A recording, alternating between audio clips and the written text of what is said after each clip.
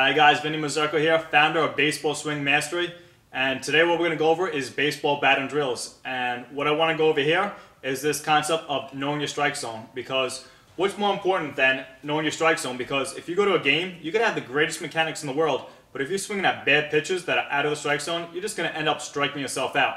So how do we go about knowing our strike zone? This way it becomes second nature to us when we go to a game. This way we could literally just see the ball and hit the ball and not have to think about, is the ball in the strike zone, out of strike zone, because you don't have much time to actually think about, what location the pitch is going to be.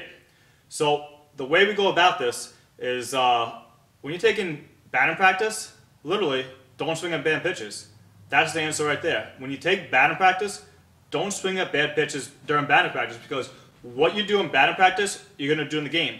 I don't care if other players on your team or even the coach on your team is saying, oh, it's only batting practice. It's not only batting practice. What you do in batting practice, you're going to condition to your body, you're going to get you into a good habit or a bad habit.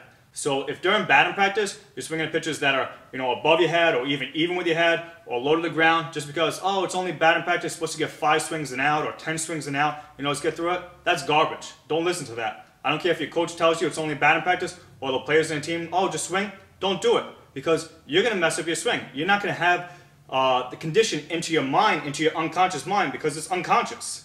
When you're in a game, you don't have time to let your conscious mind really think, is the ball in or out of the strike zone when the ball is coming. If you're in Little League, 60 miles an hour, or advanced level, 75, 80, 95, 100 miles an hour, later on. You don't got time. You just got to be unconscious. And the only way that skill develops of knowing whether the pitch is in or out of the strike zone is you got to train it.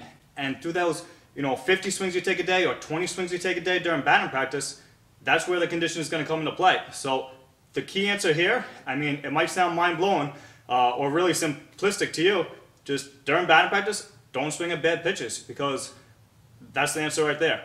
Now, I heard a story once about Frank Thomas, and for those of you who know Frank Thomas, he's about 6'5". He's a big guy. So with those long arms, using you're probably a longer bat than most people, and long legs, his strike zone is huge. But he had such a great eye at the plate, and I heard an interview with him once. They asked him, Frank, how do you know, how do you just not swing at bad pitches? How do you know your strike zone so well? And the reason he knew his strike zone so well was going back to, I believe it was high school. I could be telling this a little bit, not as likely as he told it, but he was in high school, and I believe it was his high school coach, and Frank would take batting practice during high school, and he had a bad habit of swinging at bad pitches. He would literally, swing at pitches over his head or in the ground, and his coach said to Frank, if you swing at another pitch over your head or in the ground, you're going to be running wind sprints. Wind sprints are, they're fast, explosive sprints when you're going back and forth, back and forth. It makes you really tired, and he didn't want to run the wind sprints. So what Frank did was, he started swinging only good pitches, and through that, of the fear of not wanting to run those wind sprints, he went on and mastered knowing his strike zone and only swung at good pitches.